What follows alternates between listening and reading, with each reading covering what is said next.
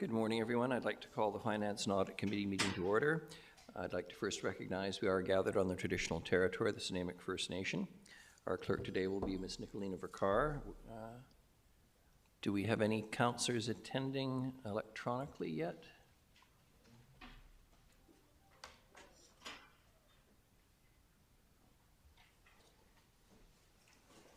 I'm not seeing any.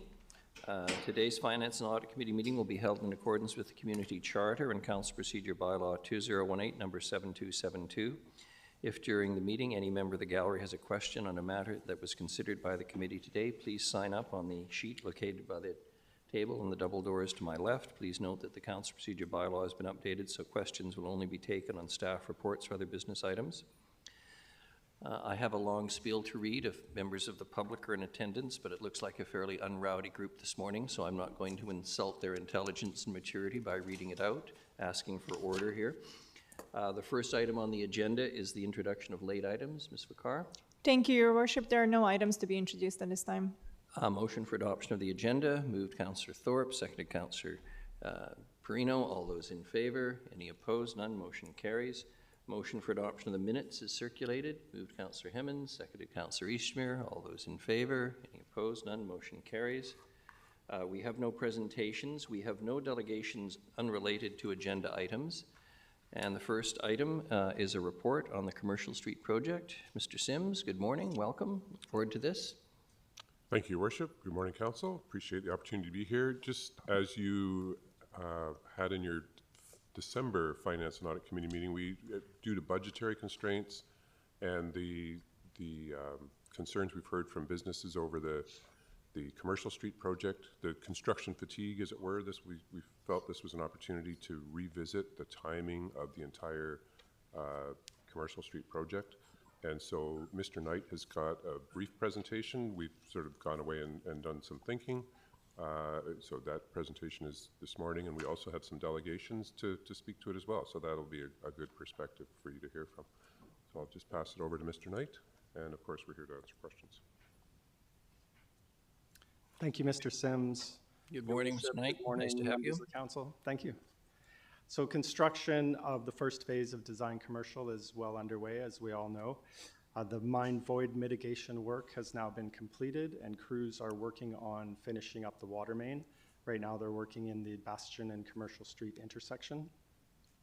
By the end of this week, they should be doing pressure testing, chlorinating over the weekend, and tying into the existing network by the first week of March. While this work is going on, their crews are also working on completing the structural soil cells. And once that work's been finished, we'll be moving on to installing the street lights, as well as, pardon me, as well as getting the concrete gutters in. The purpose of this presentation is to seek guidance on future timing of the phasings, of the project phases. So phase 2 of the project was originally scheduled to begin this fall, and it included, thank you, the front portion of Diana Krall Plaza, as well as the adjacent roadworks. And the work in the plaza itself also consisted of replacing the leaking waterproof membrane over the harborfront parkade. And this phase of the project was removed from the current financial plan at the December 6th Finance and Audit Committee meeting, as Mr. Sims mentioned, partly because of the construction fatigue that has been expressed by some of the downtown businesses.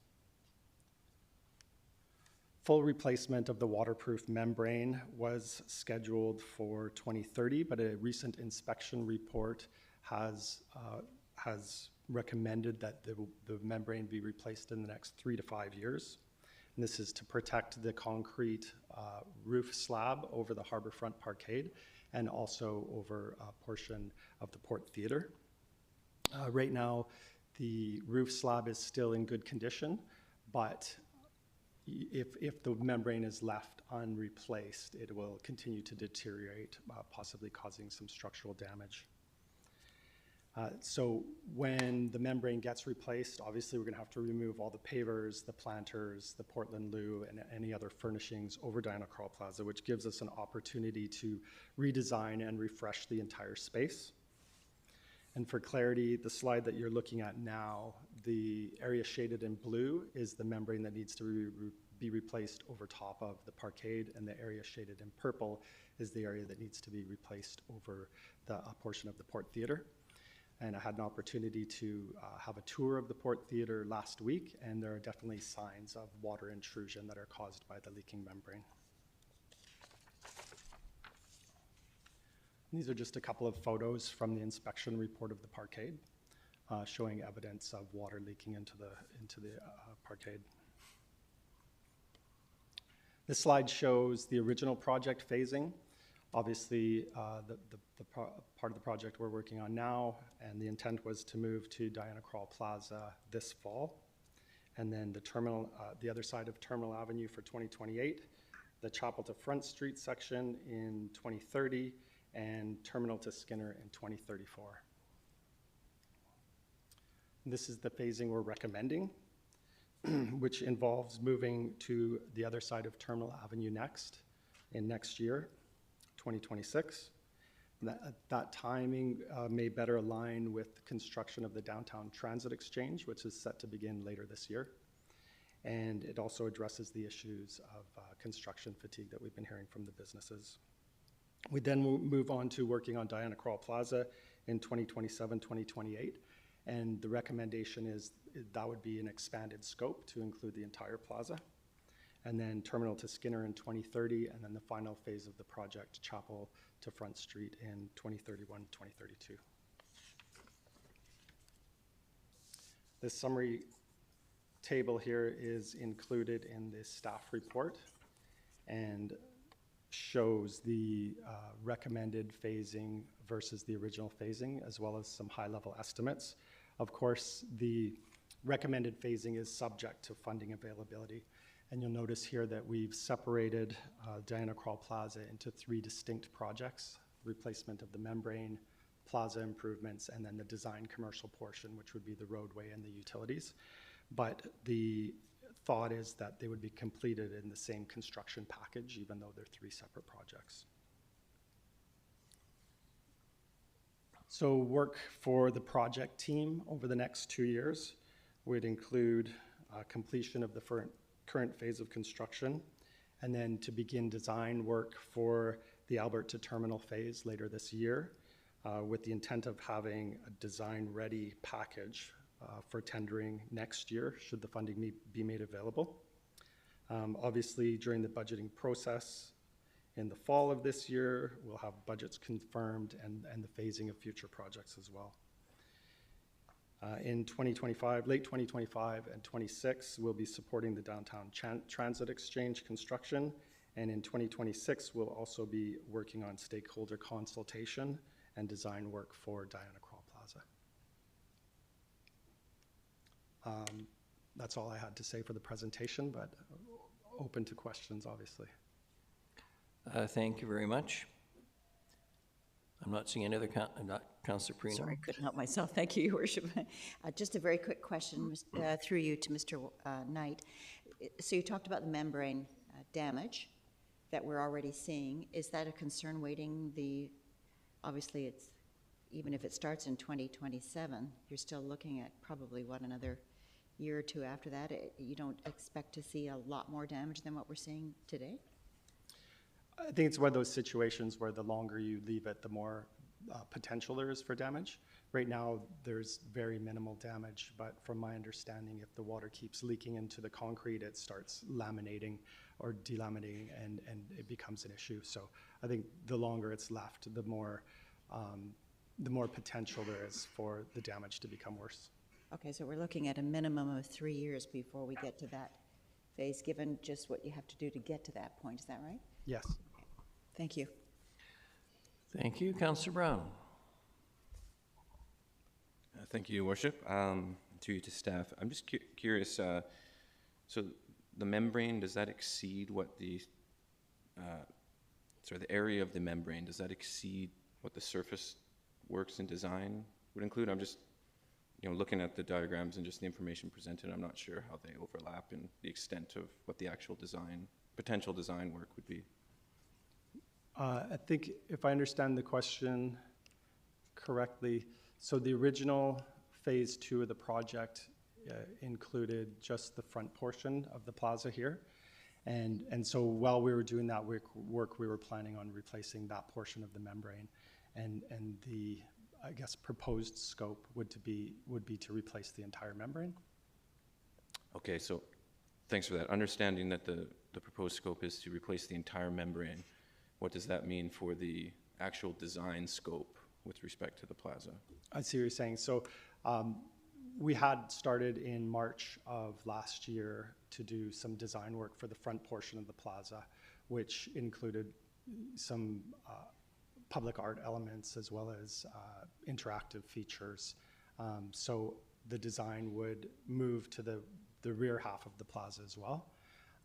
And what that would include, I'm not sure at this point in time, but I believe from what we heard from the stakeholders in March was that the front portion was a more interactive space and sort of the doorway into the back half, and the back half was more an event space. So there'd be less programming back there, but maybe infrastructure available for programming. Okay, yeah, thanks so much. I'd be curious when that comes back, because I recall when Tool Design did their exercise,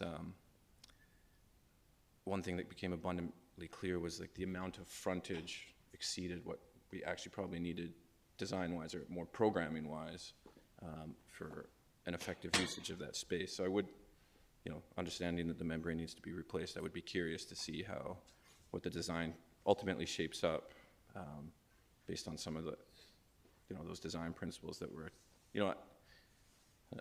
I'm aware I'm not asking a question here, but I did find that when the final design came back from Tool, what they kind of premised and walked us through, the conclusion didn't sort of match fully that there was too much frontage. They still kept a lot of the, and I thought they were going to come back with a design that suggested removing a bunch of that. So I would be really curious to see what ultimately comes back for programming that space.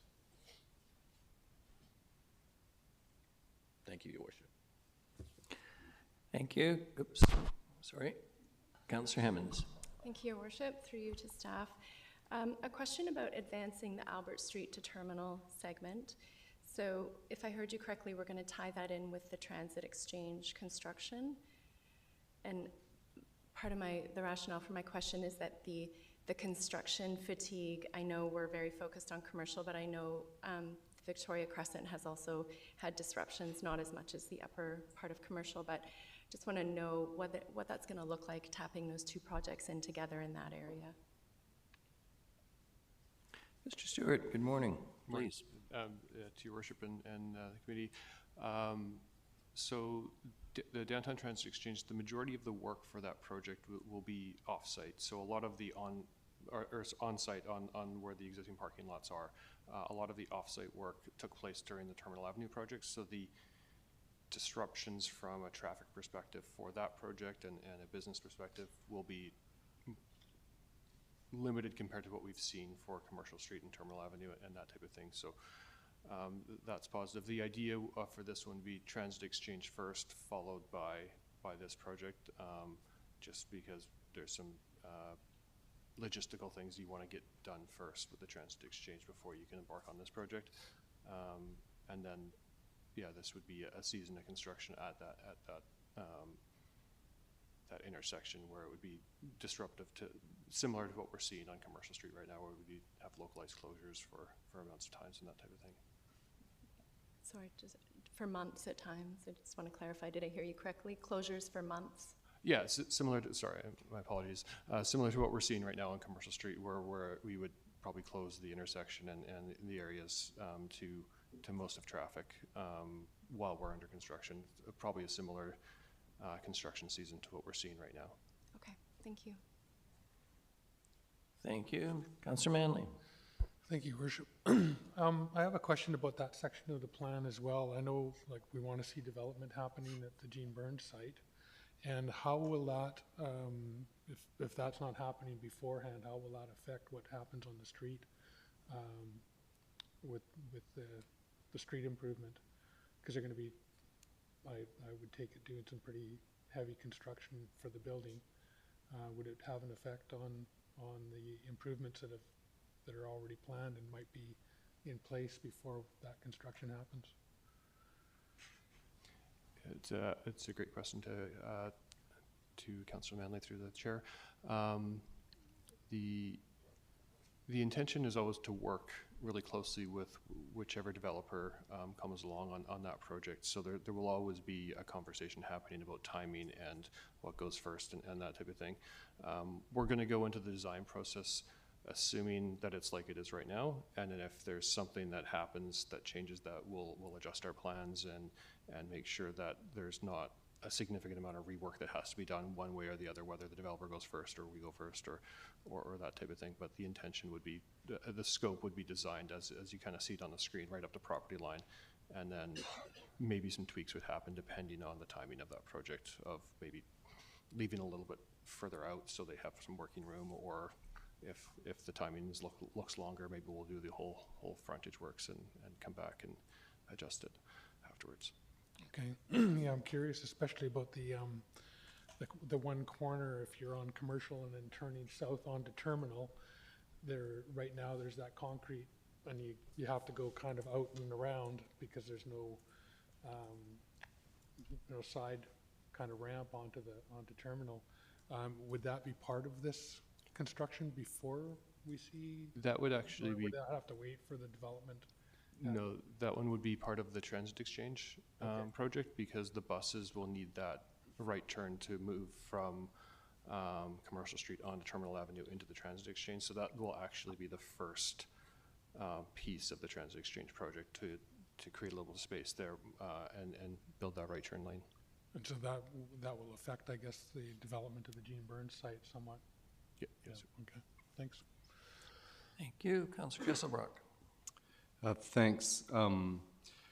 Just a question in terms of the duration of the construction period. Just, there's a lot of feedback from the businesses, and I think pushing it out is definitely a good idea.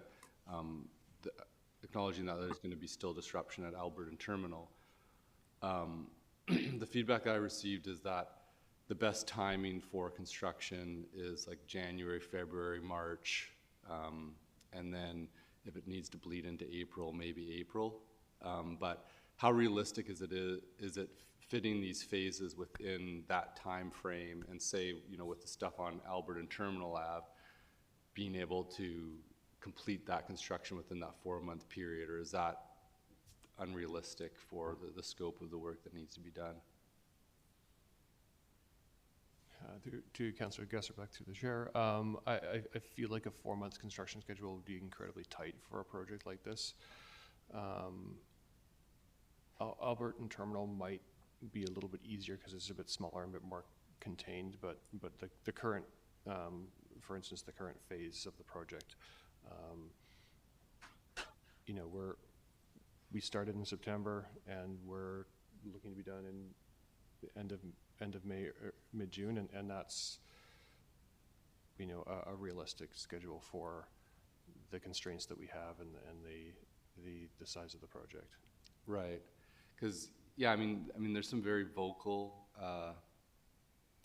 merchants, but there's also a growing number that are gritting their teeth and bearing sort of the disruption, but yeah, with leases coming up and that, there is some serious consideration of folks not being able to just make it work.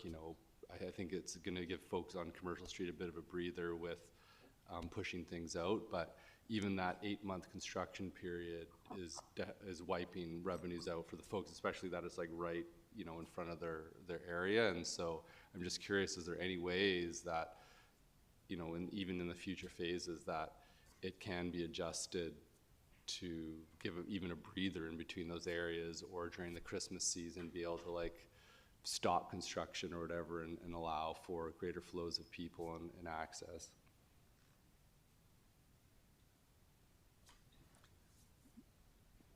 Sure.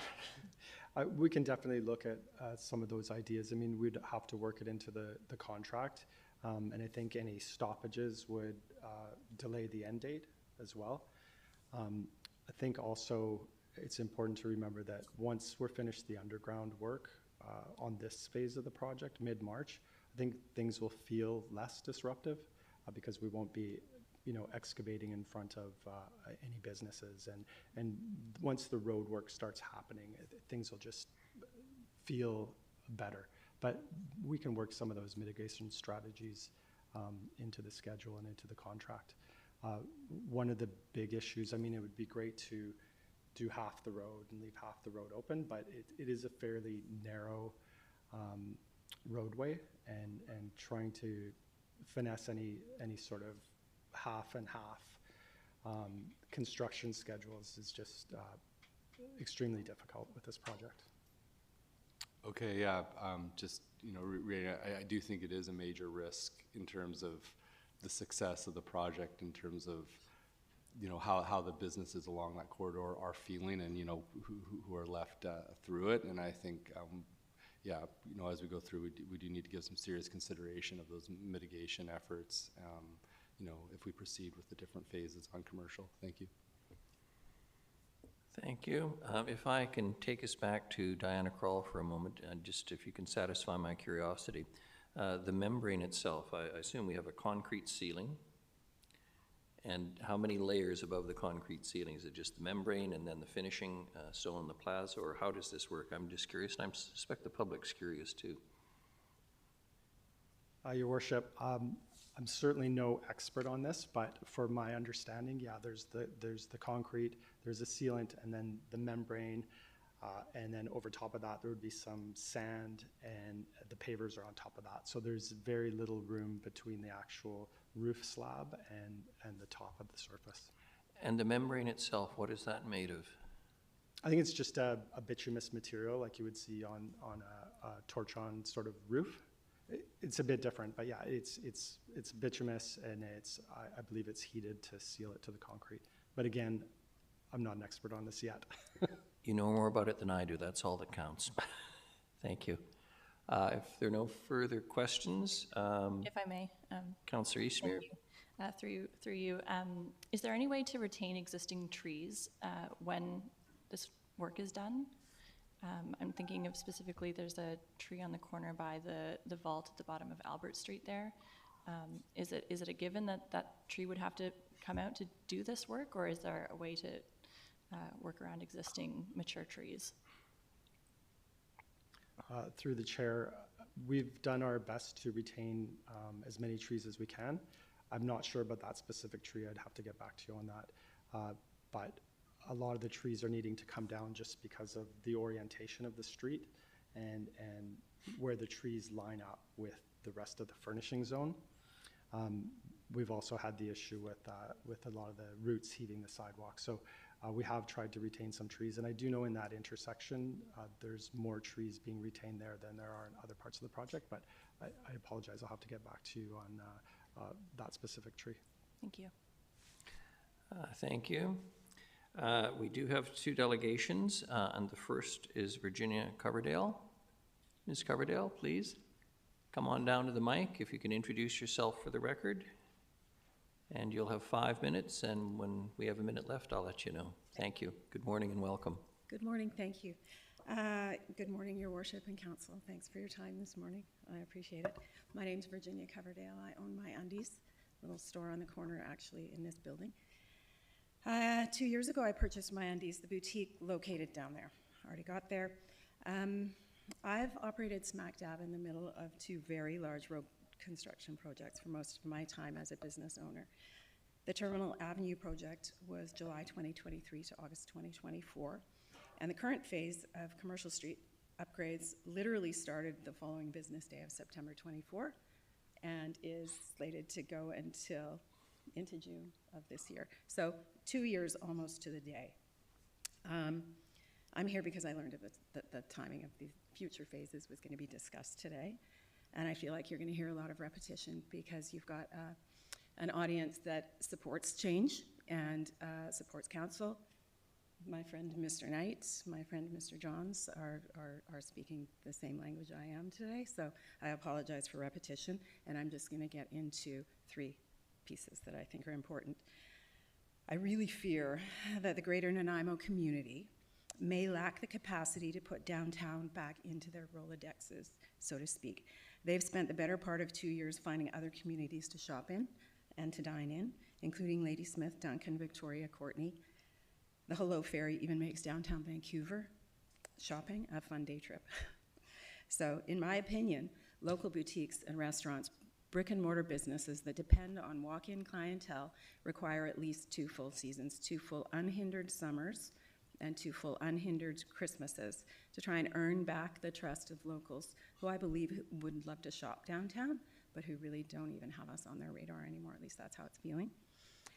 Secondly, with respect to the city of Nanaimo, I've always loved the visual presented by the city's donut. It's a part of the 25-year plan that outlines 5 major goals, and I bring attention to the 5th, a prosperous Nanaimo, thriving and resilient economy.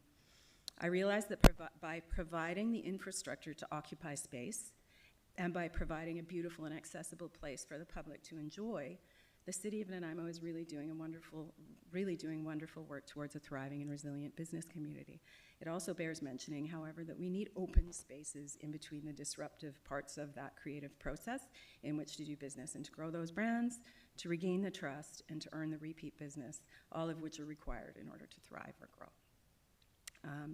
Lately, it feels more like we're treading water or sliding backwards, and that's as a really, I have no experience really in business before this 2 years, so I realize that I'm just a baby in the company of the people that I keep,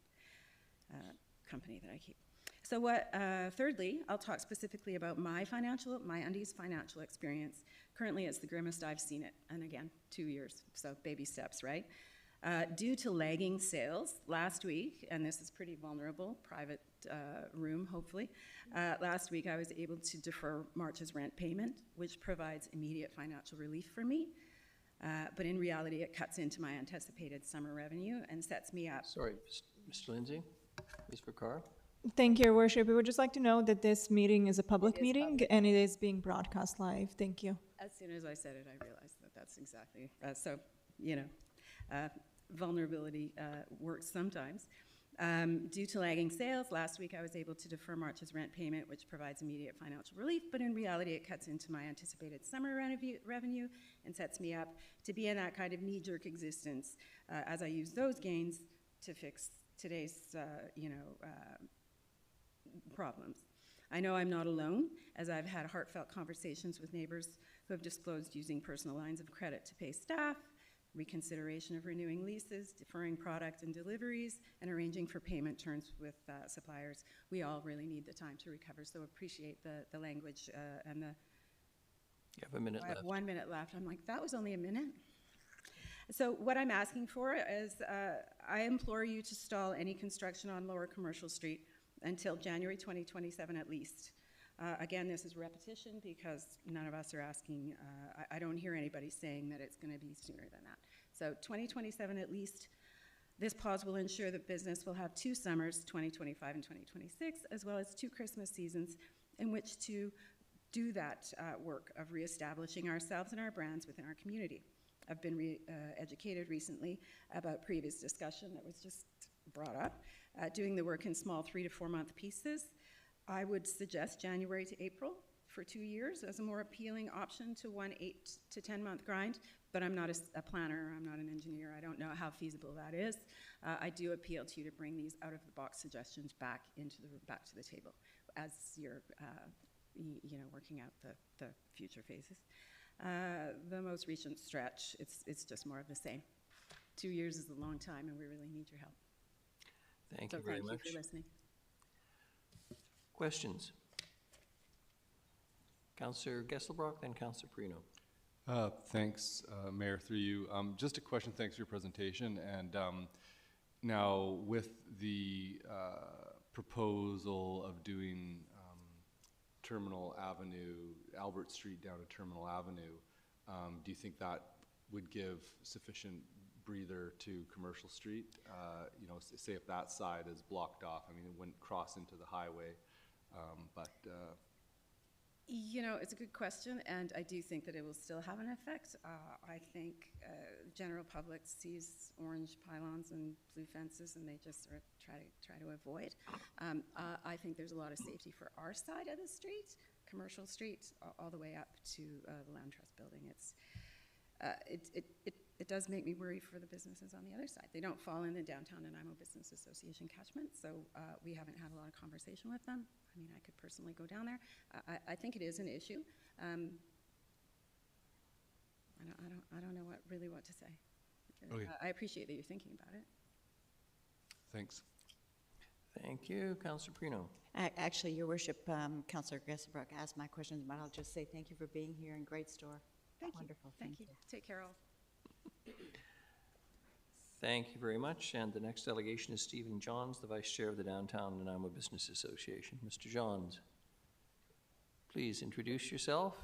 You'll have 5 minutes, and I'll let you know when there's a minute left. Thanks for coming.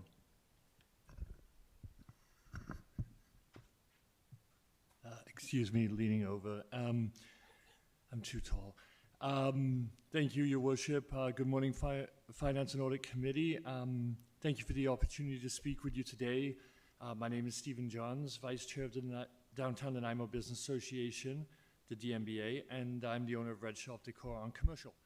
Today, I'm speaking on behalf of the DMBA, and I would like to address the important discussion that James Knight just kind of presented to you regarding the ongoing and future phases of the Downtown Revitalization Project. First, I'd like to express that the businesses in Downtown Nanaimo are experiencing a state of fatigue. We all know that. And the ongoing construction has left many feeling vulnerable, struggling, and deeply concerned about whether they will even be in business by the end of the year, that my friend Virginia just kind of talked about very eloquently. Many have expressed the urgent need to rethink the construction approach, as the current visual markers, the orange flags, the blue fencing, immediately signal disruption to patrons, often driving them elsewhere. The first phase has been especially tough for some businesses, and a fresh approach to the construction aesthetic could help maintain customer engagement and business viability. That said, the DMBA supports the proposed next phase of construction from Albert to Terminal Avenue to align with the Transit Exchange implementation. We believe this is critical, and we strongly advocate for it to begin in 2026. Not only will this keep the project moving forward efficiently, but it will also have minimal impact on the downtown businesses. In fact, the shift will allow for a much-needed break from the ongoing construction on Commercial Street, offering some respite to businesses on the main part of the street, but while continuing to progress on key areas. The DMBA also requests a slight modification to the timing of the following phases, specifically the Terminal Avenue to Skinner Street section. We propose that this be moved to 2027-2028, a seamless transition from Albert Street to Terminal Avenue, and then further to Skinner Street would allow for a more cohesive and efficient flow of construction, enabling the majority of the downtown core to be completed by 2028. This adjustment would not only streamline the construction process, but would also create a more consistent and finished look to the heart of our downtown. Regarding the membrane replacement above the Diana Kroll Plaza, we acknowledge the urgency of addressing this issue within the next 3 to 5 years. Given this timeline, we feel it would be most effective for the membrane replacement to follow immediately after the Terminal to Skinner Street project, ensuring that the 5-year window for completion is met. This approach would minimize further disruption while still allowing the membrane replacement to be completed on schedule in 2028-2029. Additionally, the DMBA concurs with the decision to delay the Chapel to Front Street phase till 2030 or beyond. We believe this is the right move, ensuring that the focus is placed on the core of downtown before expanding further into other areas. One of the most crucial elements of our request is the completion of downtown core before the summer of 2029. To achieve this, we urge the Finance and Audit Committee to adopt more aggressive timelines for the next 3 phases of construction. A faster completion will allow businesses to reap the benefits of a revitalized downtown sooner, fostering economic growth and community vibrancy. While we are united in our excitement for the finished project and the vision of a beautiful, welcoming downtown, we emphasize the need for an expedited construction timeline to ensure the long-term health and success of business community. We remain positive, focusing on the benefits these projects will bring by supporting each other through these challenges. The construction process has strengthened our community and will take pride in our progress. With 3 months left in the first phase, we face challenges with determination and hope. The proposed timeline adjustments will support downtown success. Thank you for your time. We look forward to working together to make Nanaimo stronger and more vibrant. Thank you very much. We have Councillors Hemon and Prino in order. Thank you, Your Worship, and thank you, Mr. Johns. This is a different message than I've been hearing, and I really appreciate it. So from, on one hand, we're hearing this is really difficult and we need to take it slow. And then I also hear from the DNBIA that the work needs to be done, let's get it done as quickly as possible. So I just want to say I appreciate that. Can I have a staff perspective on the advancement of the terminal to Skinner piece ahead of, so what the DNBIA is suggesting that we flip those? Can I just have staff comment on that, whether that's possible, whether... Yeah, absolutely. Councillor Hemmons, through the chair. I think there's a possibility of tweaking the phasing. I think it's you got to take it into context with what we've heard from everybody about, you know, how much construction do we in a row, how long does it take, you know, is it possible to do shorter timeframes and that type of thing with this. But I think the larger question on this, to be able to move that section, would be a financial question of can we put that into our budget, and we haven't looked at that quite yet, and I can go back and have some discussions with Ms. Fulla and to see if that's possible. I don't know that, I mean, the phasing is what the phasing is, and I appreciate the flexibility. I'm imagining, you know, there's tie-ins that we need to be aware of. So I don't know that I'm requesting that information, but I want to thank Mr. Johns for bringing it forward and for your presentation today. Thank you. Thank you. Thank you. Councillor Prino. Thank you, Your Worship, and a question through you to Mr. Johns. Thank you for the presentation. Great job. I want to make sure that I've got this straight. So you are talking about 2026 for the Alberta terminal, 2027-28, the Terminal Avenue to Skinner, and then flip back and do the Diana Crawl, which would be about 2030. Is that correct?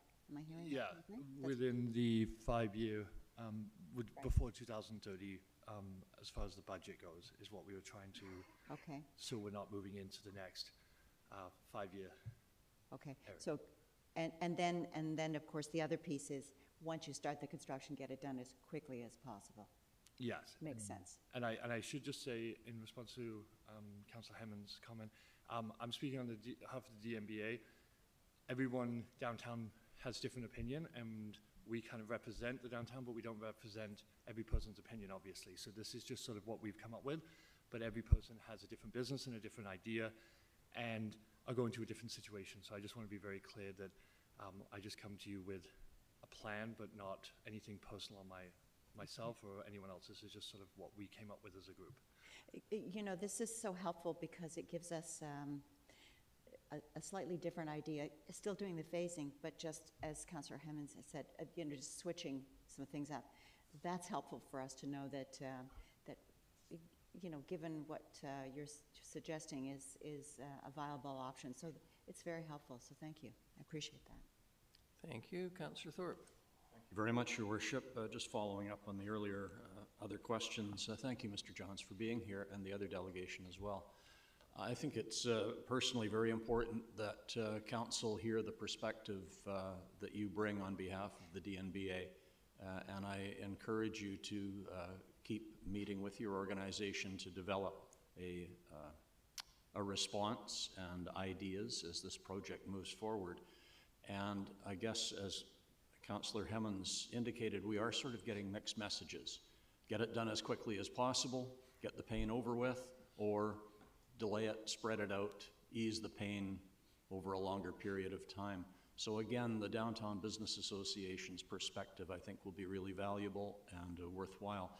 I would just encourage you, Mr. Johns, and your organization to please find time to approach city staff with your ideas, with your suggestions for modifications or tweaking timelines, and just get their honest appraisal of what you're suggesting, whether they think it's workable, and if they do, then they can bring it back to council again. So thanks for your work on this. Thank you. And I will just say we sat down with Mr. Knight a couple of weeks ago, our president, myself, and our executive director, and sort of had a hour and a half discussion about, and that's how we came up with sort of the plan we brought to you today, was sort of partly working with the city planners as well. So we are continuing on, and we are not all on the same page, that's for sure, and that's a good thing in my mind, is that we are having those discussions, and we will continue to. So we want to hear from everybody downtown, and there's very different businesses downtown and very different people come from different worlds, so it's great to have everyone kind of coming on board to then be able to come to you with different perspectives. Yeah, thank you. We all want the right thing and the best thing in the long term. It's just how we get there that's important. So I, again, applaud your involvement. Thank you. Thank you so much. Thank you. Councillor Gesselbrock. Thanks, Mayor, through you. You know, swapping the Terminal Ave to Skinner with Diana Krall Plaza, that would still allow a 2-year hiatus sort of on Commercial Street. Is that correct? Like a 2-season hiatus?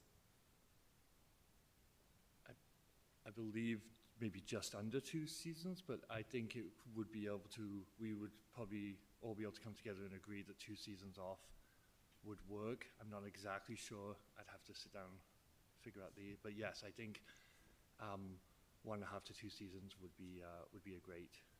We just would like to move in from the corner up and then put everything together. We feel that otherwise it would look patchy over a long term, and we'd like to see it all come together and then move on to Diana Krall.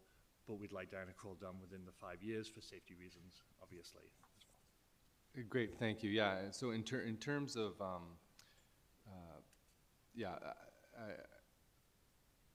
don't have any other further questions on that, but thank you. Thank you. Thank you very much. Hang on, Councillor Manley, please. Thank you. Thank you for your presentation. I'm curious, so this is a discussion you've had kind of with the executive of the Downtown Business Association, and I'm curious if you have polled the members to find out like about different options to see where everybody's kind of at. Sorry, I've lost hearing of this here. Sorry, can you just repeat that? Well, you mentioned that this was an executive gathering where you kind of came up with this plan, and I'm just curious about whether you've polled the businesses to ask them what they would like to see, like if there was a few different options on the table, because I like to see different options. Yeah. But it would be good to know that all of the businesses, either the majority of them or all of them, hopefully, agree with some kind of plan, because we do hear different mixed messages, and we want to make sure that people are on board, and people have different financial situations with their businesses, and so I'm curious about that process. Thank you. It's a great question. So I can be honest, we only found out about this meeting about 2.5 weeks ago. We did consider putting together a public meeting for all the businesses on Commercial, but we basically ran out of time. I'm involved with a lot of the businesses, so most of our board. We have not had a public meeting. I find that often brings a tenuous situation, because so I think we could look into that very shortly and run sort of a public hearing, but I often find we don't get very clear results out of that. So I'd like to work with our board and figure out how to do that, where we actually get clear, sort of maybe a poll, maybe a questionnaire would be better than actually everyone meeting in a room and wanting to all talk at once. Yeah. So yes, I think some kind of public questionnaire to all the businesses, even anonymous, would be great, so that everyone can have a voice, and we could list out the questions. So that's a great point, and I think we just have to figure out how to do that so that it's fair and we get maybe more clear answer. But at this point, it was sort of us working on behalf of the businesses, and as I say, I personally do try to talk to most of the business on commercial, and we're never all going to agree, so it's a matter of trying to get everybody's input and go from there. Yeah, thank you for that. I don't think everybody's going to agree, but I'd actually feel more comfortable making a decision about this if I knew that there was a broader consultation with what the businesses in the downtown actually wanted. Because when we hear that people want to break for a little while, people want to just get it done, I'm happy to serve the community and to work with the business community with what they see would be the best path forward to get this project done. Yeah, so thanks for that. Thank you, and I will take this away, and I feel that we can probably put together some sort of open discussion forum with the downtown businesses in the next few weeks, and try to have a bigger discussion and come back to you with the results of that. Thank you for that. Yeah, maybe, yeah, like you mentioned, a written consultation or a poll or something like that. Be good, thanks. Thank you. Councillor Eastmere? Thank you. Through you, further to that, I think hearing from the business owners from the Victoria Crescent side of things would be important as well. And I know they're sort of missing from that conversation today, and that's not the job of the DNBA necessarily to represent them, but I know that you do spend a lot of time downtown, and so perhaps they could be brought into this conversation, but yes, I guess I feel uncomfortable about advancing with that section at this point without having a bit more perspective on where they're coming from on this. And I know we sort of did a little bit of this section with the Terminal Ave project, and I guess I have some questions about what those upgrades will actually include, and that's my bad for not knowing the extent of what we've committed to there, but yeah, I don't feel in a place today to make a decision on which part to advance. Thanks. Thank you. Thank you. I'm not seeing any further questions. Johns, thank you very much for the attendance this morning. Appreciate it. Councillor Brown? One for staff. Oh, sorry. Nope, for Question staff, for if staff? that's okay. Please. Yeah, thank you, Worship. Through you to staff. Just a question, just based on the perspective shared, and undoubtedly there's probably many more perspectives out there, and I think that's to be expected, and a good thing. And juggling all that's difficult. I just noticed with respect to Terminal Ave and to Skinner, excuse me, there's a big TBD for estimate, and I'm going to assume a lot of these estimates right now are potentially in flux and are difficult to nail down. So nothing I see here I would hold you to if it came forward even a couple months from now. But the question I have is why, so obviously there's going to be some logical groupings in projects. The question I have is why was Terminal Ave to Skinner Street, why wasn't it bundled, or was it considered to be bundled with the other three, Design Commercial, Diana Crawl, and Harbourfront Membrane, just due to sort of the geographic location? My questions are, was it considered to be bundled? If they were bundled, regardless of the year that they were all done, would there be efficiencies gained through time, just because you're closing everything potentially all at once, but to do significant projects all together? And would those be essentially one RFP, and would there be cost efficiencies from bundling? Mr. Stewart. Thank you through the chair to Councillor Brown. So when the phasing was pulled together, we were looking at bite-sized chunks of work that we could do in a construction season. So if we were to combine Terminal to Skinner and the new scope of Diana Crawl Plaza, we'd probably be looking at a budget in excess of $10 million and probably an 18-month construction schedule for something like that. So, it can be done. Anything can be done, but it's just hearing the feedback, it might not fit with what we're hearing. There would be some efficiencies, just you've got a crew there working and all that kind of stuff, and it does help. It definitely does, but there's a balance to be had, and definitely open to having those conversations. on whether it was considered or not, or what pulled the timing together. You know, we were starting at Bastion and Commercial because there was some work that needed to be done there and was in the plans. We were expanding that, and then we were moving to Dinacrawl Plaza as kind of the focus point of downtown and kind of bringing that piece in. Trying to think back to a few years ago when we were doing the phasing plan on the Terminal Avenue Skinner section and why it landed in there. I'm not entirely sure why it was after the other pieces. I know in the original phasing plan it was earlier, but it got pushed out because it couldn't fit in the financial plan from a dollars and cents perspective. So it just got moved out of the financial plan to come back into a conversation like this about when the phasing would happen and what we can afford when. Okay. And then finally, the to be determined was exactly kind of what you were saying there. It's 5 years out. We have an idea, scope, but we haven't got into detailed design, and we just didn't want to put a number out there that wasn't an accurate number until we had better information on when it was going to land and how much it's going to cost, because inflation and construction costing is changing so much right now that we didn't want to give you an inaccurate number. Okay, thanks, Your Worship. Just quick follow-up. And what I'm pondering a little bit here is just based on the diversity of perspectives with how we handle a project like this. If, you know, an 18-month pain is going to be painful, but what I'm pondering is that better than 12 months plus another 12 months, even if there is a break in it? You know, ultimately your time is longer, and the perception of time over years feels significant. You know, you get a window, and so that's where I'm just kind of wondering is if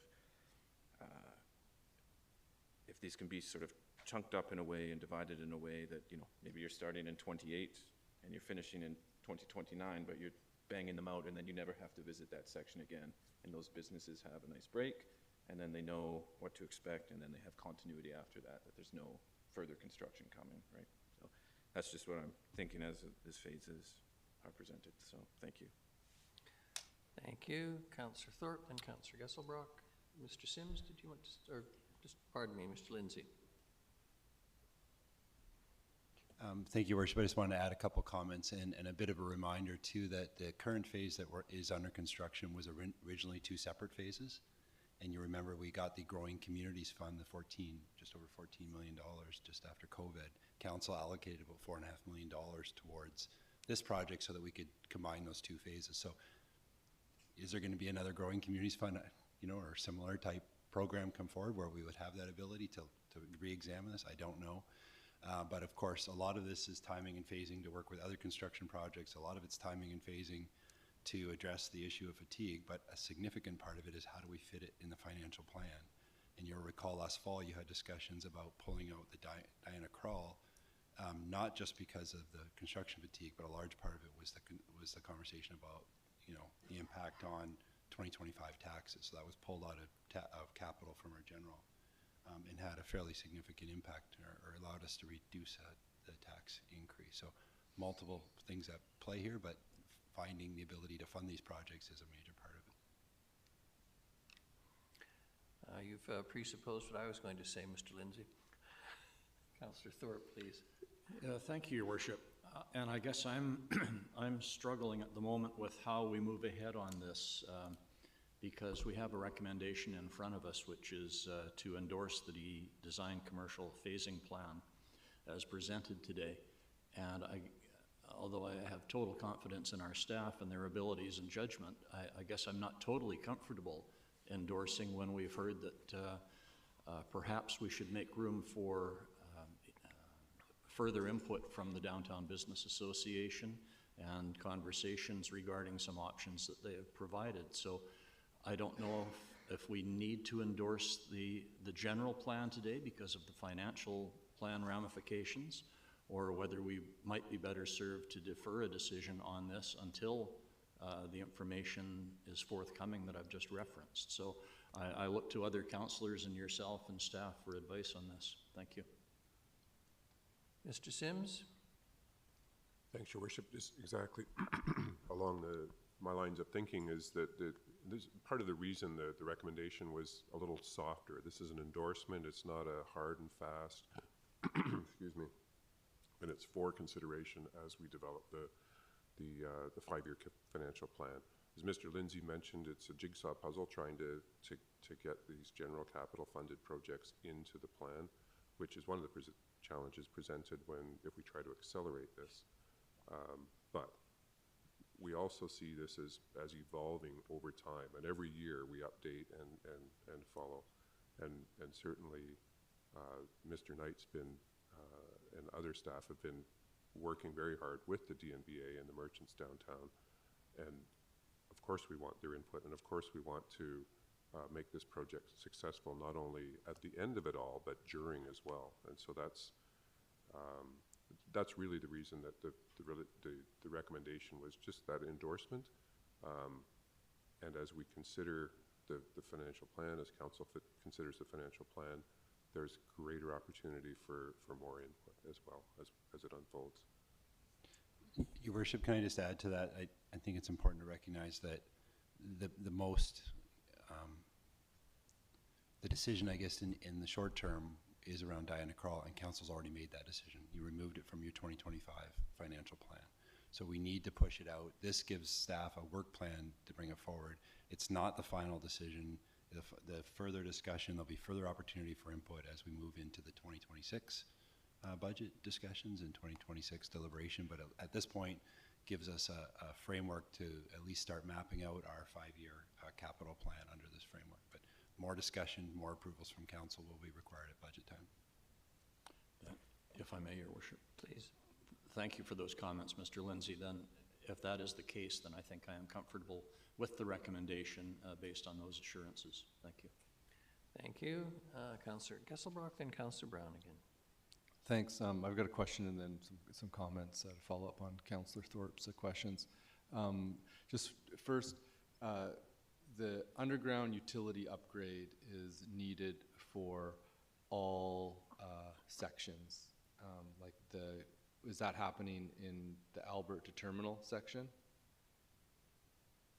Mr. Knight. Through the chair, you're referring to the underground utilities, meaning the water main that's being replaced. Yeah, it is required to be replaced as long as we're doing the project over top of it. So my understanding is that the utility could wait a few more years, but if we're redoing the road surface, then it's a good time to replace it. Okay, but yes, and that goes for the terminal Skinner section as well. That correct. That does eventually need to be upgraded. Correct. Okay, in the project plan, or how it goes out, the scoping of the project, does that include investigation prior to the RFP on voids? Like, is the void issue something that we could encounter again if that would change the project duration? There is a risk because we know that there's mines there, but it's less of a risk. So, we'll look at mitigation strategies, but the main area of concern was the area where the mines were discovered. But we would probably look at doing some sort of investigation prior to construction to ensure that those risks are minimal. Okay, great, thank you. So just some comments, if it's okay. I think the overall goal for what we're trying to do downtown is to increase people enjoying the space down there and create more vibrant business. And I think from what we've learned, through this last project of 2 years of construction, is that it definitely is wearing on the businesses downtown, and there's some real financial issues that are occurring there. And that, for success of this in the project planning, really in the pre-planning, a lot of consultation with the business stakeholders is critical. And I think, even with that section from Albert to Skinner, I think that there is risk. Like, I don't know how those businesses are doing down there. I know there's been a lot of disruption in this area right now. Like, the economy is kind of wacky, and there's already been a lot of disruption in the entire downtown of people going downtown, everybody might be on a shoestring right now, and it could be the final straw. I don't know. But if that's the case, I would like to have a bit more information on that. And so I do agree with Councillor Thorpe on, if this is endorsed, or to defer it for more consultation, or endorse it and then go through, much more consultation before like a start is given on that. And then for the rest of the plan, I don't know, I do think having a 2-year breather on the commercial street from terminal, the rest is critical. I think not a 1.5, but a full 2-year season break, I think is very necessary, because there's been 2 years of disruption down there, and I do know that there's a lot of businesses, and I think feedback to the DNBI about having a bit more of a robust polling, however way of where businesses are at, I think is critical, because the feedback that we're receiving is that there's actually a substantial number that are struggling, and I think if that's the case, it could really undermine the whole purpose of just trying to like improve that area. And who's driving this change? Is it our need to get a nice downtown, or is it to like really achieve the goals of a more vibrant thing? And so I don't feel as much time pressure to get it completed if people are unhappy and frustrated and there's nobody downtown. Like, what's the big pressure? What's the rush? As long as our utility grades are upgraded. And so my question is that if we endorse this, does that allow for a full 2-season break in the terminal to north, or the upper part of Commercial Street? Or is that just a 1.5-year break, when the Diana Crawl area would be potentially started? Thank you to the chair, to Councillor Gasbach. Yeah, so the schedule would be finishing construction this spring, May, June of 2025, and then nothing north of terminal until either fall of 2027, maybe, and then following into 2028. So you'd have like June of 2025 to September of 2027 as no construction on that side of Terminal Avenue. Okay, so that's more than 2 years. Yeah. Okay, great, thank you. Councillor Brown. Thank you, Your Worship. Just have a couple questions. The first is pushing out Chapel Street to Front Street. Is that again being driven by budgeting considerations, or dividing the project up? Just trying to understand, why is that one pushed out? Absolutely. Through the chair to Councillor Brown. So yeah, Chapel Street to Front Street, from the feedback that we've got from the community, it's the least impactful of the changes to downtown. So that was kind of always on the end of the plan to do that phase of the project, and it's in the year that it is, exactly as you said. It's financial pressure outside of our 5-year plan, and okay, and then. Through Your Worship, one last question. Understanding the membrane issue, and impossible to predict its time, if there's going to be further damage as a result of not replacing the membrane.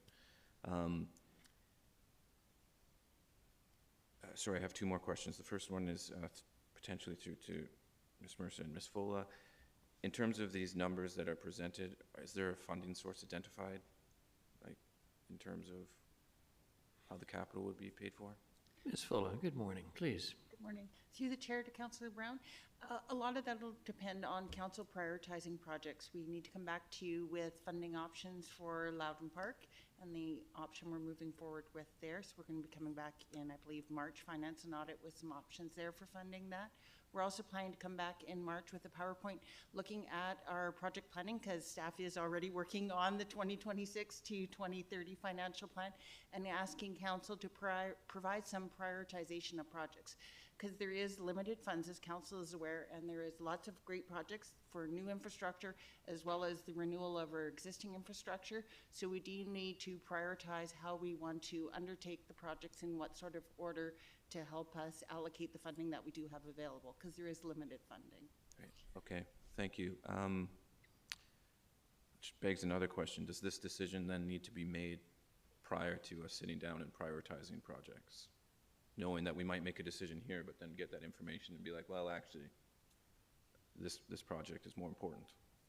Through the chair to Councillor Brown, I think to me the direction you're giving staff today is you like this phasing of the project, and then I think the timing will be adjusted as we work through the financial plan and we see what other projects council is also prioritizing for staff to put into the project plan. And then staff will need to go back and see how we can make that all work and what we might need to move around to fit in the prioritization, as well as the existing infrastructure that we do need to renew that has been prioritized by staff. Okay. So I think I take this direction as more, this is the path forward, but the timing might need to be adjusted based on the other direction we receive on other projects. Okay, thank you. And my final question is through you to the engineering team. Other than membrane risk, is there any other risk associated if you pushed everything that says 2027, 2028 to 2028, 2029? To the chair, to Councillor Brown, yeah, the report that we got on the condition of the membrane said, within the next 3 to 5 years. So whether it's 2027, 2028, or 2028, 29, it's in that window. Where a year or two is not going to make a difference. But if it's 2035, we're not going to be in a good shape with that parkade. Right. And so there's no other potential risks, other infrastructure risks? Okay. Not in that area, no. Okay, thanks so much. Thank you. Thank you. Council, it is nearly 10 after 10, and I have allowed a fair bit of latitude, more commentary than questions, for what is supposed to be the questioning part of this discussion. I would respectfully ask that somebody put the motion on the floor and we can at least debate it. And seconded? No, sorry. I would put a motion, not a motion. The motion. I would put forward the motion that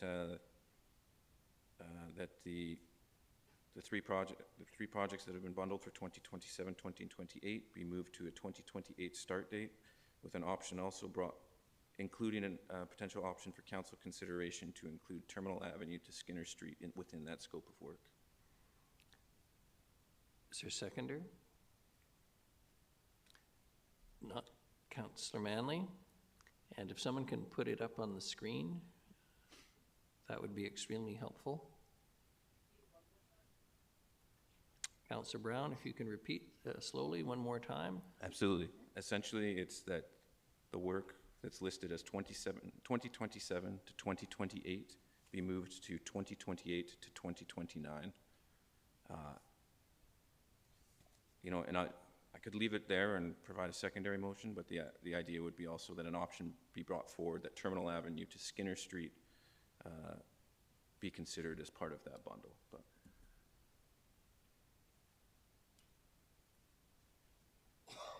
I'm not going to let debate start until we see it on the screen exactly. What about Albert determined? Leave it as is? Yeah. I can also speak to say that. And I can speak to it once people are comfortable with what's on screen.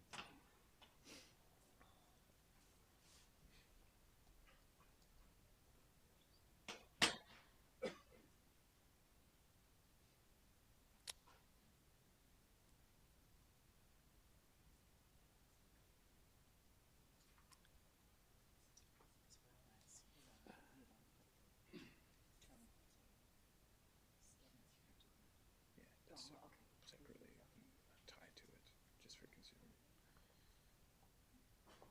So just to be clear, Councillor Brown, that would include the Harbourfront Parkade membrane replacement, the Diana Crawl Plaza improvements, and the design commercial Diana Crawl Plaza. Yes? Correct. Okay. Is that clear enough for staff if it did pass? And I'm not saying I'm going to vote for it, by the way, when I ask that question.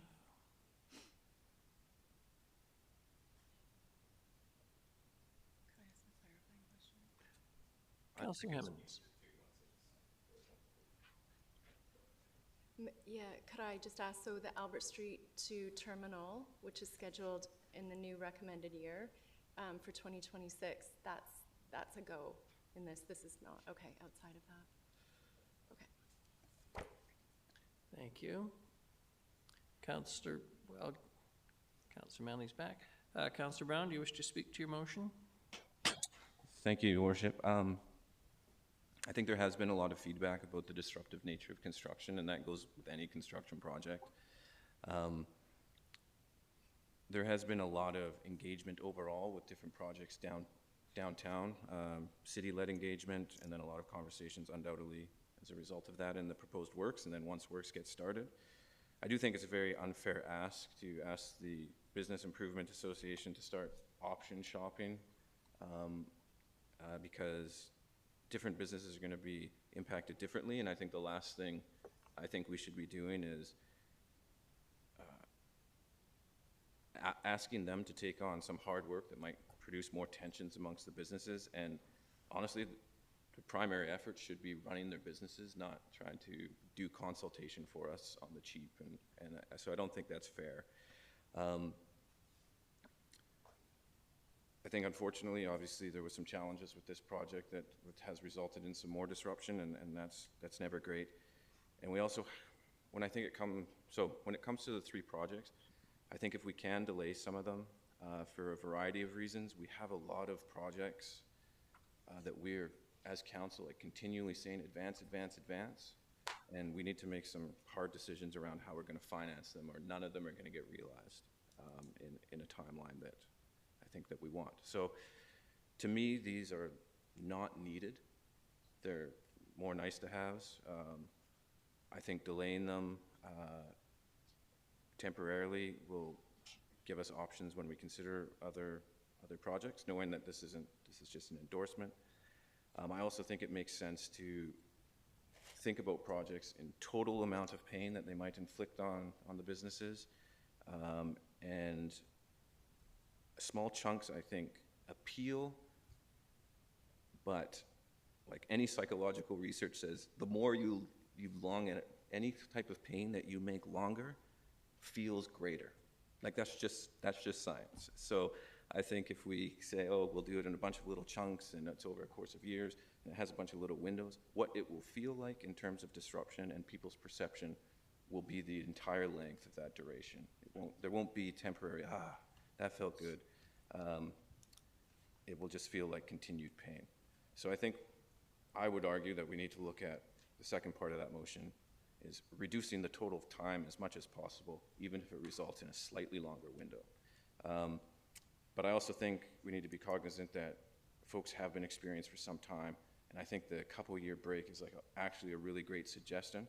But I also hear what the NBI reps were saying, and we don't want to see this extend on forever. I think there's a gap there that we could actually hit and get all the projects done within that window, and also provide temporary relief. When it comes to the Albertan Terminal Ave, I think there's logic in keeping that in there for now, not necessarily to proceed, but endorsing that because we have other projects with other partners and funding that ultimately are going to provide some disruption. And I think we need to have the flexibility there to consider how all those projects come together. And again, with the goal of minimizing the amount of stops and starts and minimizing the amount of effort, both in cost and time, that goes into dividing projects up too much. So yeah, I'll leave it there. If folks don't support it, that's fine. But I think at some point we're going to have to make a decision, and there's ultimately none that are going to satisfy everyone. So, thank you, Councillor Gesselbrock, then Councillor Perino. Thanks. I think there has been a lot of consultation on the design and what we'll be looking at, but I think it's really important the consultation actually on the project planning and the timing of how each phase is happening and the length of the phases. And I think I've heard pretty clear that from emails and from consultation, people aren't interested in 18 months or years long construction and to shorten that down, because for a business to operate on an annual basis and cover the cost, they need to have some times where people are flowing through and they're making their margins. And so I think bundling Terminal to Skinner with Diana Krall, that work, I think our staff has said that it would be, you know, around 18 months, and it would be a lot longer chunk. And I think having the smaller chunks is better, and so I have difficulty supporting this motion if that's what it's asking for Diana Krall Plaza, everything to be pushed out another year, and then Terminal Ave to be bundled in with Diana Krall. And also, too, I think we've heard that there is a desire to get these upgrades done, but to have just a 2-year period. So I think the motion is now making it a 3-year gap before any construction on that commercial,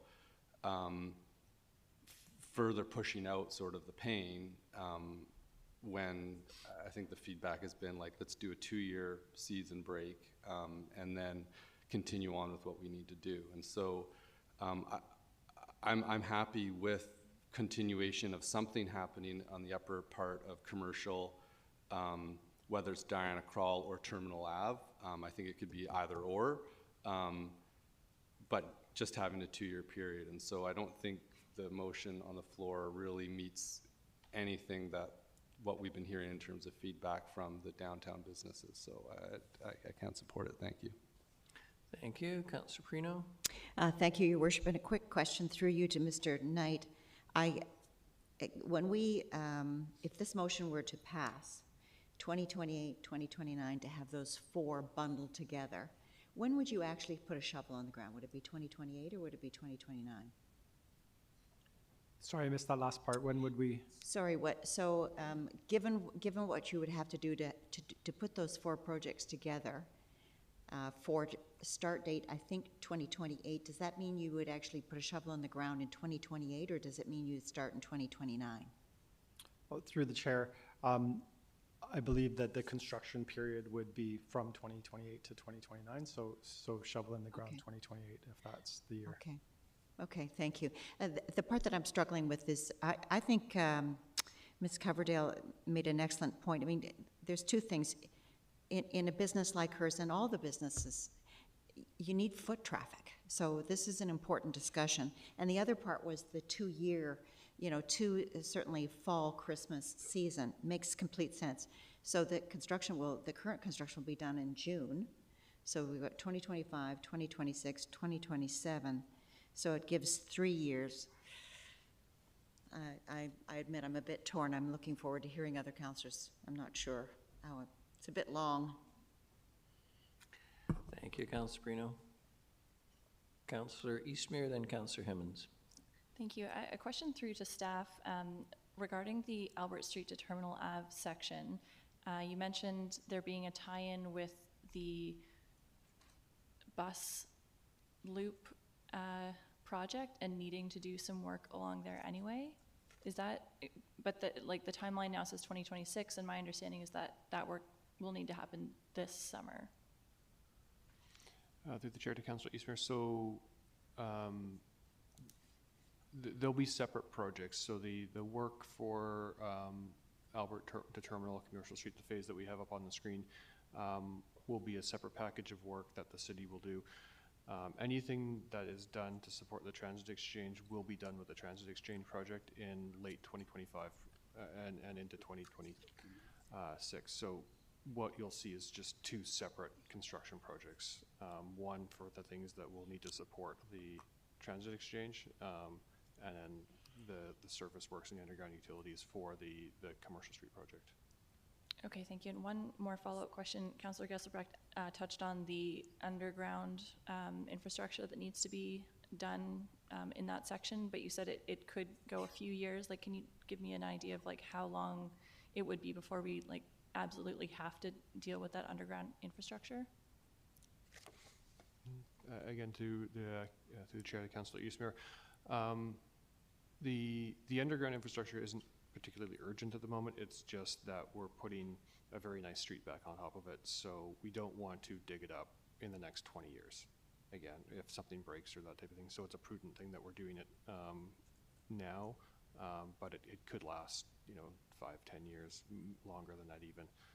So that's not what's driving the project. I'll just say that. Okay, so it could be 10 plus years, even you said 20 in there before we would actually have to deal with that underground infrastructure? Yeah, I don't know off the top of my head kind of what year it was built. I know it's ductile iron, I think from the 80s. We've had a couple of breaks in different areas on it, but it's pretty quiet at the moment.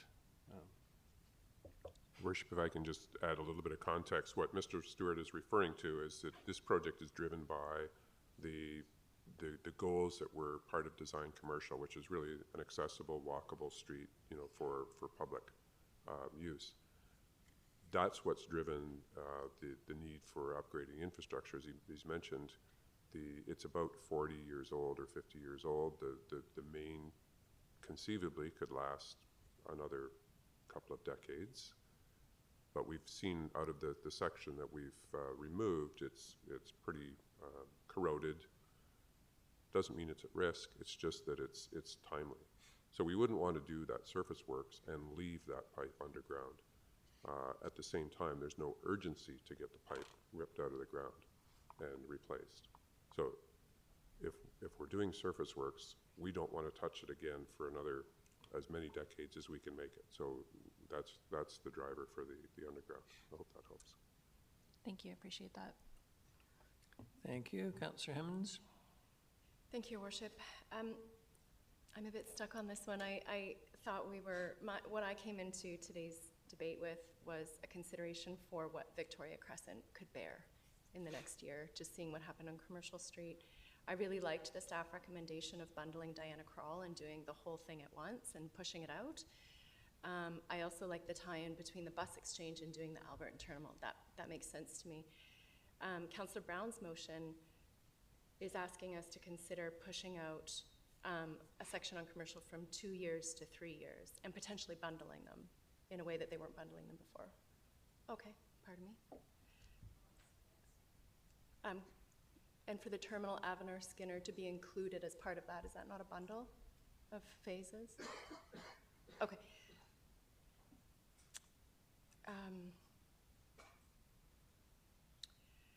Sorry, I'm just collecting my thoughts here. I think I misunderstood the motion then.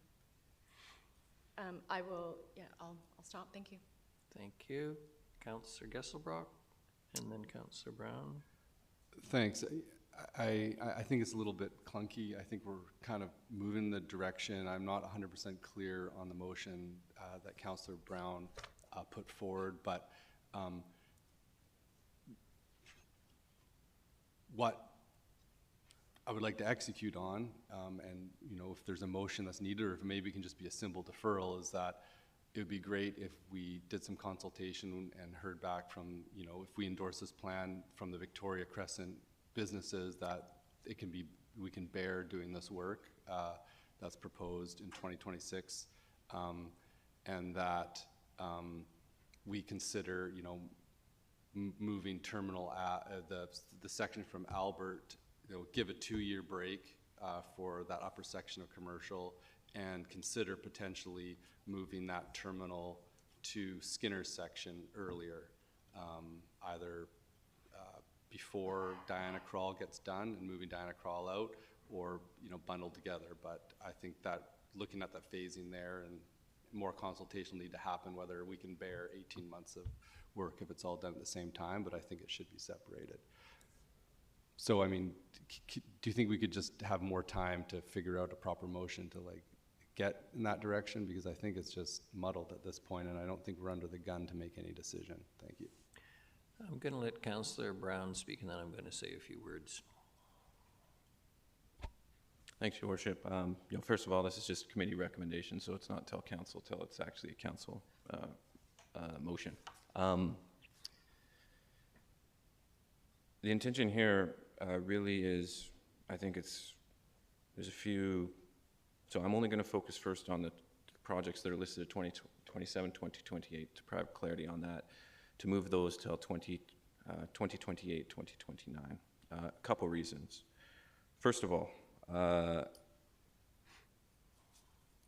talking to businesses, it has been disruptive. That is to be expected, but at the end of the day, I fully agree. There's profit that has to be made to keep the lights on, let alone fund your life, and so can be very sympathetic to that and the impact some of these can have. especially as you're coming off of, you know, COVID, which was tough for businesses as a whole, especially local businesses, or more localized businesses. But also, there's a lot of uncertainty, economic uncertainty, both on our end as a city, and I think undoubtedly how that relates to folks that are trying to run their businesses. At the same time, you got a DMBIA request that I think is very thoughtful and said, yeah, we want to get these projects done and we want to get the downtown happening. Couple that with decisions we need to make with like a whole host of projects we have on the go that we have not fully funded. So how do we make it all work? I think there's logic here in pushing those 3 projects. There's no immediate pressure other than the membrane that has to be considered to 2028, 2029. And the reason for that is they don't need to happen. They're 100% driven by aesthetics for the most part, based on design processes. Also, it would allow a gap in construction, but it wouldn't push the projects out forever. That's the logic. At that second part, the and, is really meant, it's, you know, it's for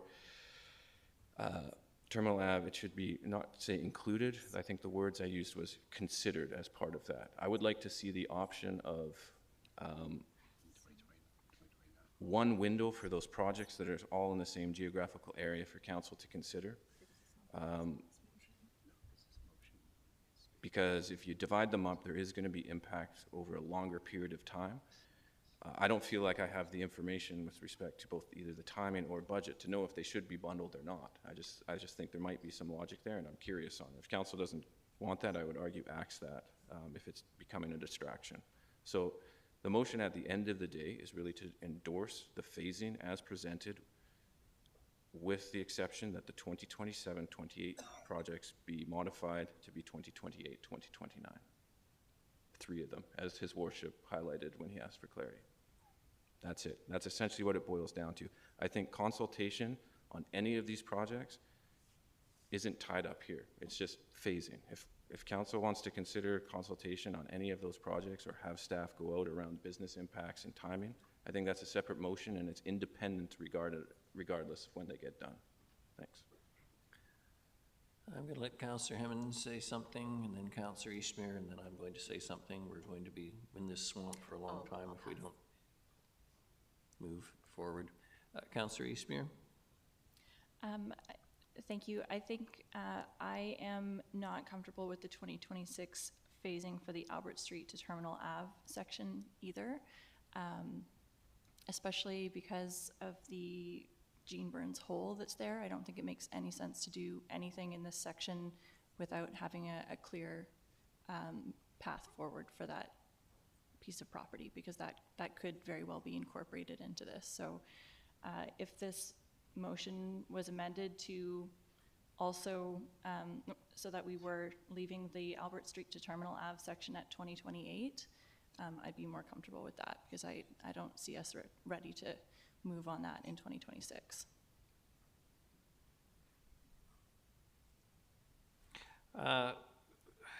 With respect, Council, I think we have to go back to the recommended motion. And the reason I say that is I just want to read it out. It was carefully worded. I think Mr. Sims and Mr. Lindsay both tried to give us a broad hint. Recommendation, motion that the Finance and Audit Committee recommend that Council endorse the design commercial phrasing plan for consideration during the 2026-2030 financial plan deliberations. With the greatest respect, and I've said it many times before, the quote I take from my old friend Peter Ramsey, we lay the tracks, we don't play with the trains. And it strikes me that much of what we're talking about in terms of timing this morning and which goes first and whether the Downtown Business Improvement Association supports it, whether individual businesses don't, etc., we're listening to a multitude of voices when we're not really being asked to make a final decision. And I will go back to the point that Councillor Brown made some time ago this morning, and Mr. Lindsay did as well. Go to page 62 of your material. $17 million worth of projects just based on estimates for Wharf to Church, Albert to Terminal, Harbor Park front membrane, Diana Crawl improvements, and the design commercial, and no budgetary money for Terminal to Skinner, Chapel to Front Street. We've been told the Transit Exchange construction is scheduled for this year. Unless someone tells me that I'm completely off base, if we're going to do that, we should be doing it at the same, Albert to Terminal improvement at the same time. That strikes me as logical. We've been told this morning that an incredibly expensive roof and parkade are at some risk. And my perspective is, when you've been told you've got a potential leak and knowing what it costs to repair the damage that follows, then it behooves you to move on faster. With great respect, I'm not going to support the motion on the table now. It strikes me as going too far down the road of making decisions or attempting to make decisions that are subject to a multitude of variables. We have the most I'll be very kind this morning, the most unusual president the United States has ever endured, a time of incredible turmoil. We have a federal election upon us this year. God knows what's going to happen to federal programs and grants and monies. We have an economy where everyone is feeling tentative and worried. And with great respect, we are listening carefully to essentially two voices this morning. When we're spending the money that comes from 108,000 people who live in this city. Now, I'm the one who's always reminded everyone, no one comes to any city to see the suburbs. They come to see the downtown, and I get that. And as someone with great respect, and I've been working in the downtown longer than several councillors have been drawing breath. So I have seen the changes. I came to Article in 1979. With the exception of 2 years, I've had an office in some form as a lawyer or a mayor or an MLA for all of those, what will now be 40, let me do the math, 46 years? So I've seen a few things happen. I just think we are turning this into a nightmare of complexity this morning. I will not vote for this motion. I will ask, if it's defeated, I'm going to ask someone to make the recommended motion and let staff get on with this, keeping in the back of my mind, this is just for consideration in the financial plan, and I'm looking at Ms. Fulla and Ms. Mercer as I say that. We know that we have a leaking roof, and I don't want to put that off. Frankly, once you're told it's leaking, I say to hell with it, get on with it. And if we're going to muck up Victoria Crescent on the Albert to Terminals portion, and we're going to proceed with construction of the Transit Exchange, which has been mutually settled and agreed upon with the Regional District of the 9-1 BC Transit, then let's get on with it. But apart from that, there's nothing in the recommended motion that would stop us from doing that, that would prevent staff from doing their jobs. With great respect, again, I'm going to repeat the same point. This is not the time for us to play with the trains. All that staff are asking for is someone to lay the tracks. To some extent, it's a very, with great respect, it's a very weak motion in the sense that it's not overly directive. It just gives a latitude for staff to get on with it. So that's what I have to say. And unless, and many of you have spoken more than the rules allow, unless someone has something else to say, let us vote on the motion that's in front of us, but it's my sincere hope that we get back to the original motion, let staff get on with their job. All right, the motion's on the floor, it's on the screen. All those in favor? Councillor Eastmere, Councillor Brown, and those opposed? Councillor Gesselbrock, Councillor Hemmons, Mayor Krogh, Councillor Thorpe, Councillor Prino, Councillor Manley. The motion is defeated. I would appreciate, yes, Councillor Prino's moving the recommended motion, Councillor Brown supporting it. Councillor Thorpe, please. Seconding, sorry. Yes, forgive me. That was just a wishful thinking on my part. Councillor Thorpe, please. Oh, thanks. That was actually a holdover, Your Worship. But seeing as my microphone is on, let me extend the conversation. I just want to point out that based on my questions and comments about an hour ago and Mr. Lindsay's response to them, I'm happy to support the staff recommendation. Thank you. Brevity is brilliant, Councillor Thorpe. As always, thank you. Councillor Gesselbrock. Thank you. I think this will be considered the Albert Terminal Ave for the financial plan, and will be lots of time to hear from the Victoria Ave community and the businesses of whether it can be sustained or not. In terms of the actual endorsement of this phasing, I do think that I would like to see in the language that Diana Krall Plaza potentially be pushed out a year, as Councillor Brown put, and that the Terminal Ave Skinner would be considered to be accelerated earlier in that phasing. So, yeah, but that we can deal with that later. So, Thank you, Councillor Manley, then Councillor Himmons. Thank you, Your Worship, and I'm happy to just support this motion as it stands, the staff endorsement, and the only thing that I would ask is that staff can continue to consult with the business community in the downtown so that they can see some of these options and think about it in advance, and so we can get feedback in advance about how they see this affecting them. So and I agree with Councillor Brown. It's not for the business association to do that. That's the work of the city, and so I'd like to see that as part of this. Thank you. Thank you very much, and I would remind Council, of course, this has to come back to Council in any event. It's just a committee. Councillor Himmons, please. Thanks, Your Worship. Yeah, I'm going to support, like I said earlier, I appreciate the tie-in with the work around the bus exchange. I also like in the new recommended phasing that instead of just doing the front of Diana Krall, whether we do that 27, 28, 28, 29, that's a future decision, but I like that we're doing it all at once. I think that's really important. I'm glad this is just a recommendation. I think the length of conversation is indicative of how important this is and how much we care and how much people come out and talk to us and how much we hear on the streets and in the grocery store. This is a really important project. So I'm excited to see it go forward. Thank you. Thank you. Councillor Brown. Yeah, thanks. I'm not going to argue against it. I'm going to support it because I actually think it doesn't really matter. And this is my sort of continued frustration with this is we, in theory, allocate a lot of our dollars, and I think it generates conversation, but until we get to the budget, until we see how we're prioritizing projects, it's kind of meaningless to me. And this has been my frustration for going on 7 years now, is like we approve something in theory and then it gets reworked as part of trying to make it work. And, you know, there's projects that if I go back and look at financial plans, we're going to be done in 2 years and approved them, and now they're not even in the 5-year plan. And so folks get excited. I can't even take this and be like, yeah, I'm confident this is going to be done, because by the time we get through prioritization, I think it may be here, or we may be talking about Loudon Park, or we may be talking about other capital projects. And honestly, a lot of debate, ultimately about nothing until we allocate real dollars. So I'll support it, but it just doesn't really mean much. Thanks.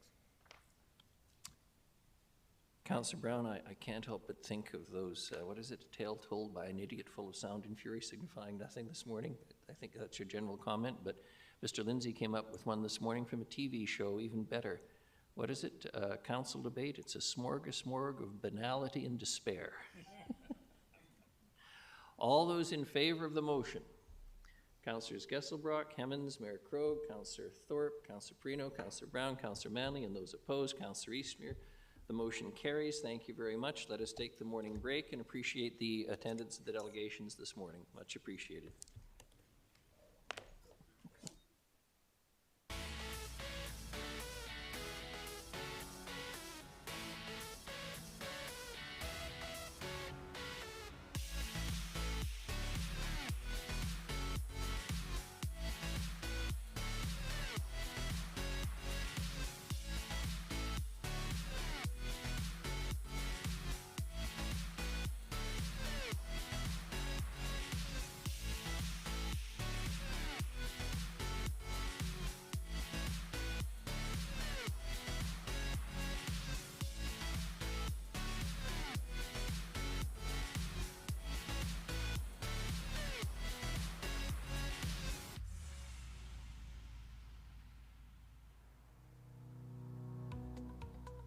Like any city.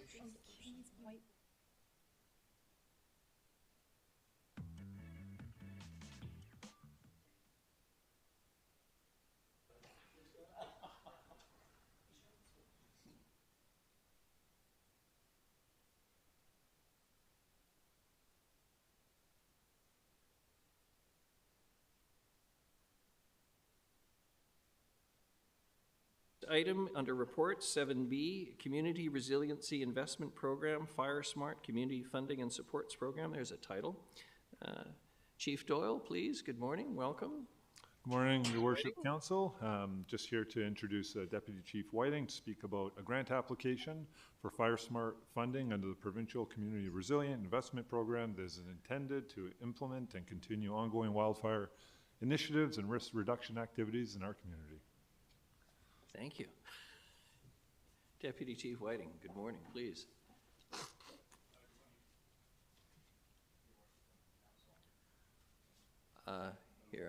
You're on now. Don't touch it again. You're on. Oh, I'm on now. Thank you. And I will try and do my best to be brief and keep this less complex than your last issue.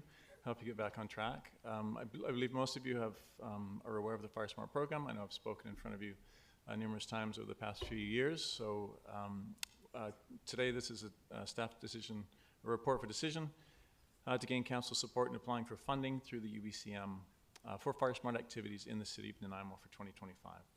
So I'll just touch on some of the highlights and answer any questions. So the Community Resilience Investment Program has been in place since 2018, administered through the UBCM. There's 3 streams to the program. We're applying to the Fire Smart Community Funding and Supports Program.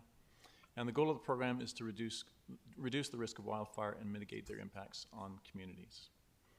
So from 2024, some of the highlights, we support 2 neighborhood groups that are very active in Long Lake and on Protection Island.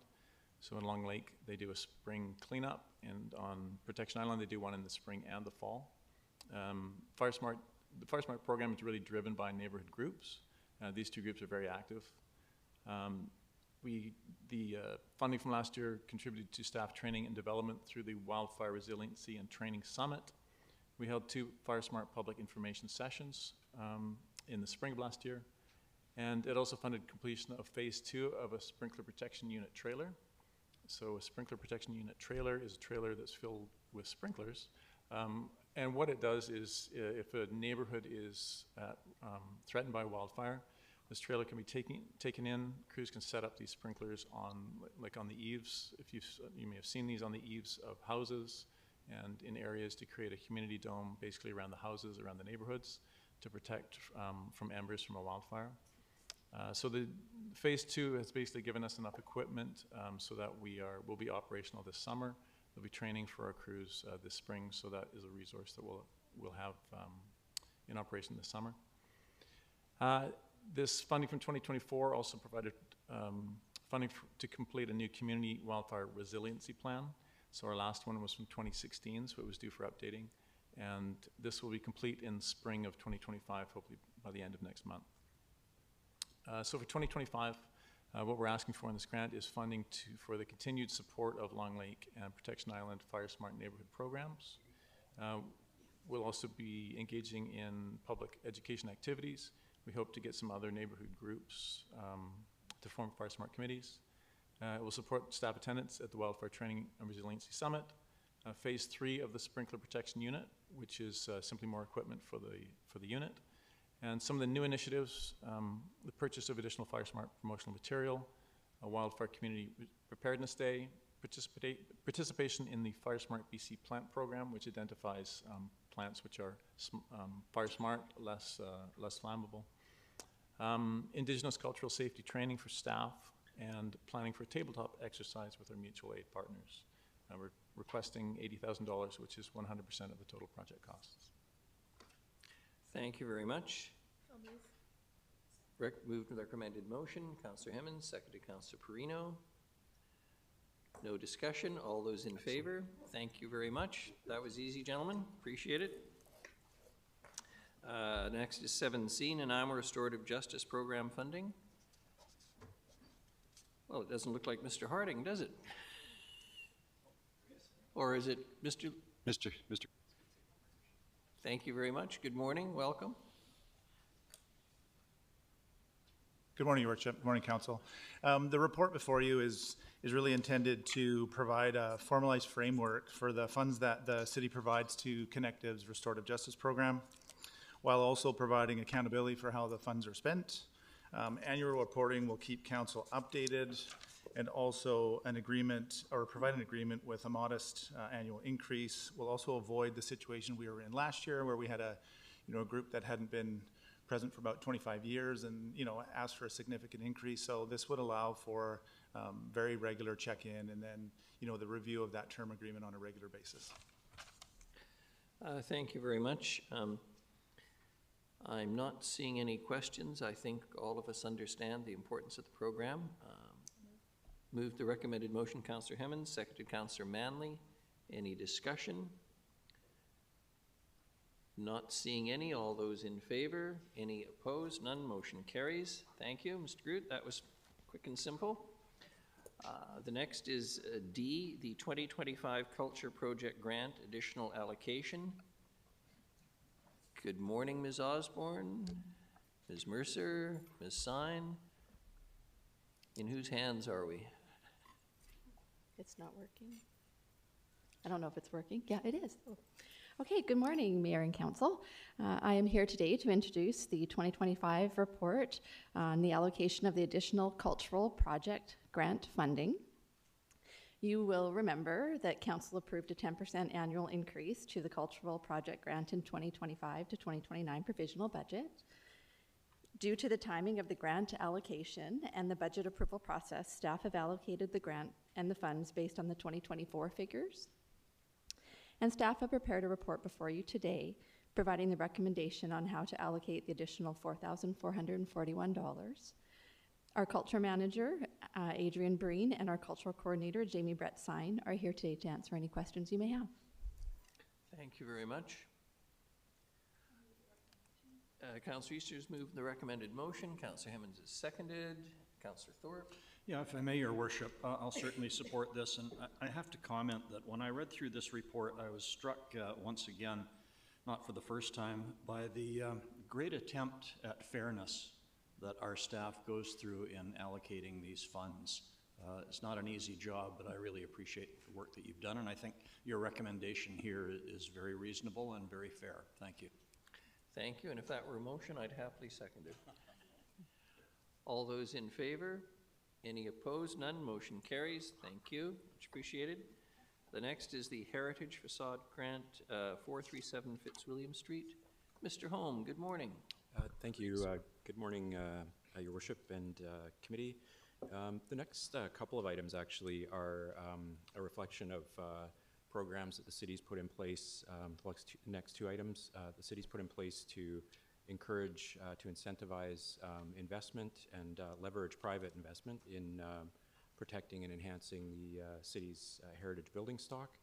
This item in particular, 437 Fitzwilliam Street, an application received to the Heritage Facade Grant Program, which is a program established in 2003 that makes a small amount of funding available for improving and enhancing heritage building stock up to 50% of a project cost to a maximum value of $10,000 is available through the grant per project.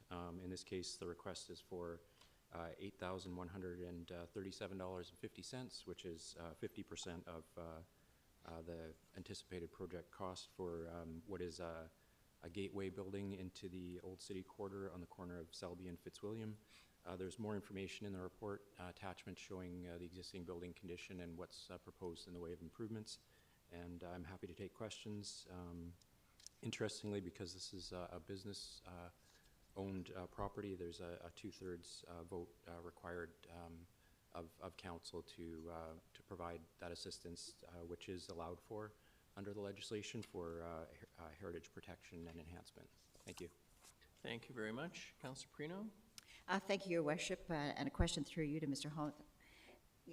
In the report, the very last paragraph, just before the options, it says, prior to issuance of the grant, a heritage conservation covenant will be registered on the title of the property to ensure the owner continues to maintain the building in good order and condition for a period of 5 years.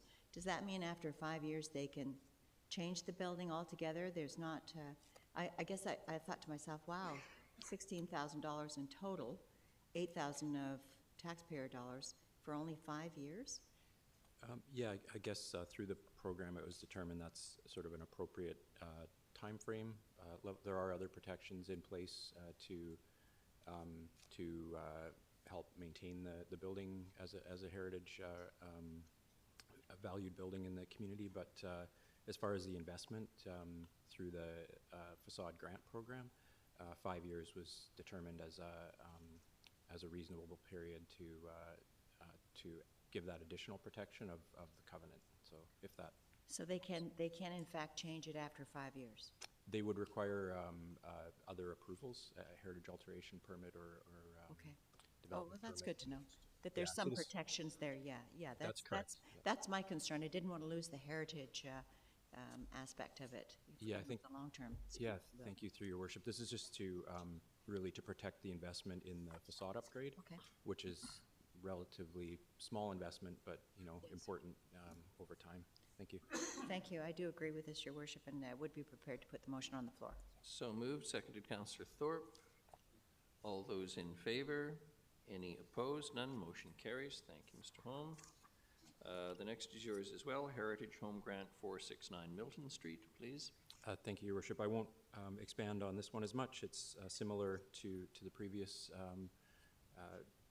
item that Council just considered. In this case, it's related to the Heritage Home Grant, which is targeted at residential homes and structural and exterior improvements to those. Smaller amount of money available annually, but and different limits per project. In this case, what's available through the program, which was established in 2006, is 50% of the project cost up to $2,500. And in this case, what's proposed is improvements to exterior cladding and replacement of the roof's gutter system. And this is a maximum of $2,500, which is requested, and the proposed project cost is $7,770. So again, leveraging private investment in enhancing and maintaining heritage stock. In this case, this building was constructed in 1892, and there's some information in the report on the importance of it. Thank you. Thank you very much. Moved by Councillor Thorpe, seconded by Councillor Perino. Any discussion? Not seeing any. All those in favor? Any opposed? None. Motion carries. Thank you. The next is security checks and other grants policy update. Ms. Mercer, please. Thank you, Your Worship. So based on the low dollar value of security check grants, it is recommended that the policy be updated to allow applications to be reviewed by finance staff and approved by the Director of Finance. So that's the recommended changes in the report. As we've had this discussion at when the $50 grant application came back up in the fall. Thank you for getting this to the council table. Much appreciated.